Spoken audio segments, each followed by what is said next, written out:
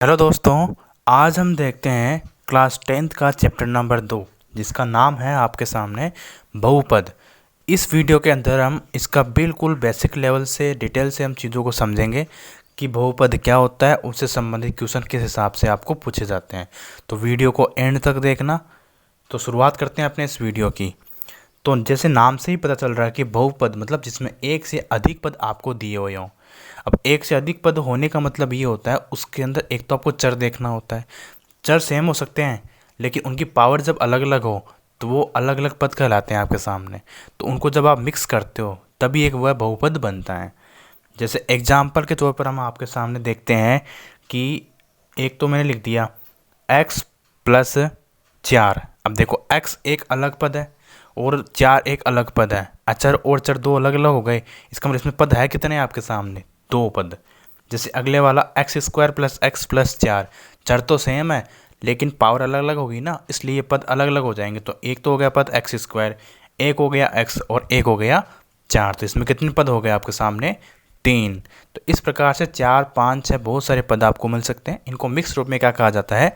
बहुपद। अब इन्हीं के आधार पर इनको आगे डिवाइड किया गया, अलग अलग भागों में बांटा गया। तो पहले हम यही देखते हैं। उससे पहले हम ये देखेंगे कि बहुपद की घात क्या होगी।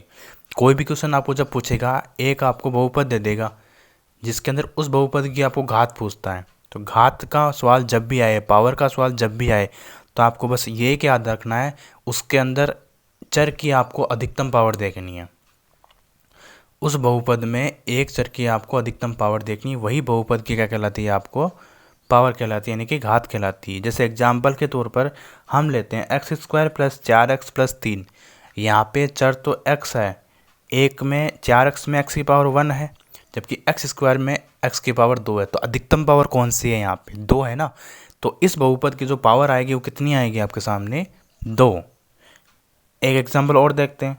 जैसे x की पावर 4 प्लस वाई की पावर 2 प्लस 3। अब यहाँ पे चर अलग अलग हो गए, अलग अलग हो चाहे चर, लेकिन आपको बस ये ध्यान रखना कौन सी पावर अधिकतम, बस वही मान क्या हो जाएगा? उस बहुपद की घात हो जाएगी। तो यहाँ पे x की घात कितनी है? 4 और y की घात कितनी है? 2। तो अधिकतम घात कौन सी हो गई? 4 हो गई ना। इसलिए यहाँ पे इस बहुपद की घात कितनी हो जाएगी? 4। समझ में आया? इस तरीके से आप किसी भी बहुपद की आपको पावर पूछे तो आपको बस अधिकतम पावर देखनी है, वही उसका आंसर हो जाएगा। अब आगे चलते हैं। घात के आधार पर बहुपद के प्रकार। पावर के आधार पर बहुपद को अलग अलग भागों में बांटा गया है। मैंने लिए आपको चार प्रकार ही पढ़ने, क्योंकि उनसे संबंधित क्वेश्चन आपको पूछे जाते हैं। पहला पढ़ते हैं हम। इसमें 4 टाइप से संबंधित क्वेश्चन पूछेंगे। तो वो है आपके सामने। पहला टाइप है आपके इसमें रेखिक बहुपद। आपने 9th में पढ़ा होगा ये चीज़ें, तो रेखिक समीकरण नाम सुनी होगी। तो रेखिक बहुपद कौन सा होता है? उसके बाद दूसरा बहुपद आएगा आपके सामने द्विघात बहुपद। इन सभी में नाम से ही पता चल जाता है, द्विघात बहुपद में दो घात होगी। तीसरा टाइप आएगा आपके सामने त्रिघात बहुपद। उसके बाद है आपके पास अचर बहुपद। इन दोनों में जो इम्पोर्टेंट जो है ना, वो आपके रेखिक बहुपद है और एक अचर बहुपद है, क्योंकि इनमें पता नहीं चलता कि घात कितनी आती है। द्विघात त्रिघात में सीधा पता चलता है। तो ध्यान रखना, रेखिक बहुपद कौन सी होती है? ऐसा बहुपद जिनमें चर की अधिकतम घात कितनी आनी चाहिए? यहाँ पे 1। जिसकी अधिकतम घात कितनी हो? 1, उसे हम क्या बोलेंगे? रेखिक बहुपद। जैसे एग्जाम्पल के तौर पर x प्लस 4 आपको दे रखा है, x प्लस वाई प्लस 5 आपको दे रखा है। सब में देखो अधिकतम घात कितनी? एक ही है ना, इसलिए यहाँ पे कौन सी हो जाएगी? एक अधिकतम घात हो जाएगी। और पद कौन सा हो जाएगा? रेखिक बहुपद। सेकंड आपके सामने है द्विघात बहुपद। इसका तो नाम से ही पता चल रहा है, अधिकतम घात जिसकी कितनी होनी चाहिए? हमेशा 2। और एक बात हमेशा ध्यान रखना, जितनी अधिकतम घात होगी उस बहुपद की उतने ही मान होते हैं, उतनी ही उसकी वैल्यू आप प्राप्त कर सकते हो। जैसे रेखिक बहुपद में अधिकतम घात कितनी है? 1, तो आप मान भी कितना मिलेगा? केवल 1 ही मान मिलेगा। जबकि इसमें कितने हैं? 2, तो आपको x के मान कितने मिलेंगे? 2। आगे चलो, त्रिघात बहुपद। नाम से ही पता चल रहा है, इसमें अधिकतम घात कितनी आएगी आपके सामने? 3। तो वो क्या कहलाएगा? त्रिघात बहुपद। एग्जाम्पल के तौर पर 3 plus x square plus x plus 4। अधिकतम घात आप देख लो खुद, कितनी अधिकतम? 3 है। इसलिए क्या हो जाएगा, त्रिघात बहुपद। अब आता है आपके अचर बहुपद। तो अचर और रैखिक में दो चीज़ें, रैखिक में तो एक घात होती है। अब यहाँ पे ऐसे मत कर जाना कि अचर बहुपद में चार घात होती है। अचर बहुपद एक ऐसा बहुपद होता है जिसकी अधिकतम घात कितनी होनी चाहिए, 0, मतलब उसमें चर बिल्कुल भी नहीं आना चाहिए, वो होता है अचर बहुपद। एग्जाम्पल के तौर पर जैसे 4 और 5 आपको दे रखा है, तो आप बोलोगे सर इसमें एक्स तो कहीं दे ही नहीं रखा। एक्स दे रखा है लेकिन आपको दिखाई नहीं दे रहा। यहाँ पे मैं 4 को क्या लिख सकता हूँ, 4x⁻0, और 5 को क्या लिख सकता हूँ, 5x⁻0। और आप सभी जानते हो कि x की पावर यदि 0 होती है ना, किसी की भी पावर 0 लगती है, तो उसका मान हमेशा कितना होता है, 1 होता है। तो उस हिसाब से हम इसको 4 और 5 क्या आ जाएगा आपके अचर बहुपद। समझ में आया चीज़। तो इस तरीके से आपने घात के आधार पर, पावर के आधार पर आपने बहुपद के 4 प्रकार पढ़ लिए। इनमें रैखिक बहुपद और अचर बहुपद बहुत इंपॉर्टेंट है। और यहाँ पे हम डिटेल से किसके बारे में पढ़ेंगे, द्विघात बहुपद के बारे में आगे। अब आगे देखिए, ये तो हो गए घात के आधार पर। अब आपके पदों की संख्या के आधार पर भी बहुपद के प्रकार पूछे जाते हैं। 9th में भी पढ़ा होगा आपने, 8th में पढ़ा होगा। एक बार रिवीजन हो जाए वापस, तो वापस देखिएगा। पदों की संख्या के आधार पर बहुपद के प्रकार, जैसे पहला एक पद वाला बहुपद, दूसरा दो पदों वाला, तीसरा 3 पदों वाला। साफ साफ नाम से बदल रहा है, जिसमें एक पद हो, एक पद, 2 पदों वाले में 2 पद आएंगे, 3 पदों वाले में 3 पद आएंगे। अब आपको ये पता करना कि इसमें कितने पद हैं, वो सभी ज्ञात करना होता है, वो समझने की बात है यहाँ पे। तो मैंने क्या कहा था, मैंने साफ साफ कहा था कि आपको यदि आपको पदों की संख्या प्राप्त करनी है, 2 चीज़ें आपको उसमें देखनी है। एक तो आपको उसमें देखना है चर, समझ में ही, ये चर सेम हो तो आपको उसकी पावर देखनी है, अलग अलग पावर है तो वो पद अलग अलग हो जाएंगे, यदि पावर सेम है तो वो पद काउंट हो जाएंगे साथ में। तो बस ये ध्यान रखना है। तो एक पद में कितने पद आएंगे हमेशा, 1, द्विपद में 2 और त्रिपद में 3। एग्जाम्पल से समझिए, जैसे मैंने लिख दिया केवल और केवल x, एक ही पद दिख रहा है। एक एग्जाम्पल और देखिए, जैसे मैंने लिख दिया y, एक ही पद दिख रहा है। 4 लिख दिया, एक ही पद दिख रहा है, तो ये होगा एक पदों वाला व्यंजन। दूसरा हो जाएगा द्विघात बहुपद, इसमें 2 पद आएंगे। जैसे मैंने लिख दिया x + y, इसमें तो साफ साफ पता चल रहा है चर ही अलग अलग है, इसलिए पद तो अपने आप ही 2 होंगे। अगला देखो, इसमें x² + 4x, इसमें चर सेम है लेकिन पावर अलग अलग है ना, इसलिए ये पद हो जाएंगे अलग।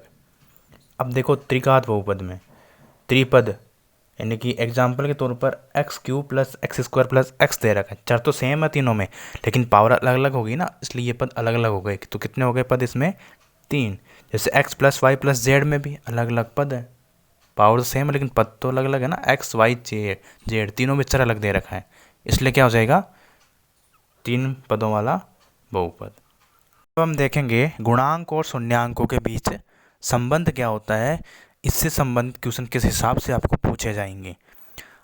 आपको एक द्विघात समीकरण दिया होगा, एक द्विघात बहुपद दिया होगा, उसको देख करके आपको ये बताना होगा कि शून्यांकों का योग क्या होता है और शून्यांकों का गुणनफल कितना होगा। उसके लिए एक फॉर्मूला है, उस फॉर्मूले को आपको याद में रखना है। उस फॉर्मूले के बेसिस पर आपको इसका आंसर मिल जाएगा।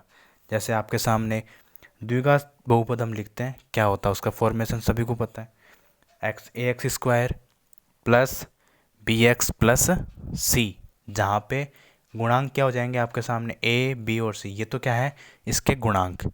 रही बात शून्यांक की, अधिकतम पावर कितनी है इसकी, 2, तो इसलिए शून्यांक के मान भी कितने आएंगे, हमेशा 2 आएंगे। तो एक तो मानना आपको अल्फा और एक मानना है बीटा।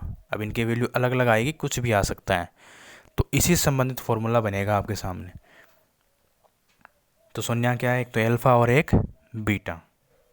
अब देखो पहला सवाल क्या पूछेगा, से शून्यांकों का योगफल ज्ञात करो। दूसरा पूछेगा शून्यांकों का गुणनफल ज्ञात करो। तो यहाँ पे शून्यांकों का योग पूछे जब भी आपको, तो उसके लिए एक फॉर्मूला आपको याद रखना है, वो होता है -b